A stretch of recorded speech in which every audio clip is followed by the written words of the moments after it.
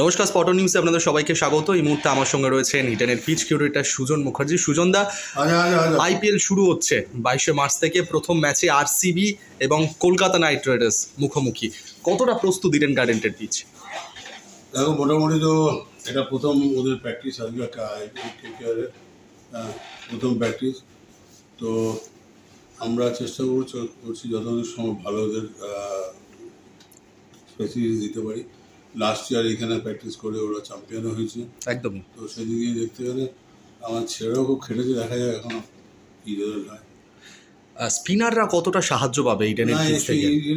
Last 10 বছর তো সেরকম কিছু দেখা যায়। ফাস্ট বোলাররা একটু স্পিনার সবাই একই রকম ইকুয়ালি। এখানে হর্ষিত রানা রয়েছে কলকাতাতে, পাশাপাশি আমাদের বরুণ চক্রবর্তী রয়েছে। এটা তো আগেও ছিল, একদমই আগেও ছিল, এবং সুনীল নারায়ণ আছে। একদমই। সুতরাং ওইটার নেই, আমাদের উইকেট আমরা ভালো তৈরি করবো, আর ওরা ভালো খেলছে। তো কিছুদিন আগে আমরা দেখলাম ভারত ইংল্যান্ড মুখোমুখি হয়েছিল এখানে, ম্যাচ ভালো হয়েছে। ইন্ডিয়া একদমই, বেঙ্গল বম্বে ম্যাচ ভালো হয়েছে, ভালো হচ্ছে। এখন দেখা যাবে, মানে আইপিএল নিয়ে অনেকটা আশা রয়েছে। তুমিও আশাবাদী?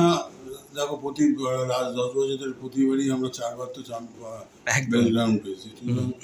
আমরা সবসময় ভালো হবে আশা করি। এই যে বিকেলের টাইমটাই খেলা হবে, হালকা হয়তো একটু হালকা কুয়াশা, একটু ভাব থাকবে। তুমি তোমার কাছে একটাই প্রশ্ন রাখবো, শেষ প্রশ্ন। তুমি এবছর কাকে ফেভারিট দল হিসেবে ভাবছো, কলকাতা নাকি অন্য কাউকে? টি20 ম্যাচে I can't say who is favourite, but একটা দিন, যেদিন যে ভালো খেলবে সেদিন সে জিতবে। একদম। অসংখ্য ধন্যবাদ।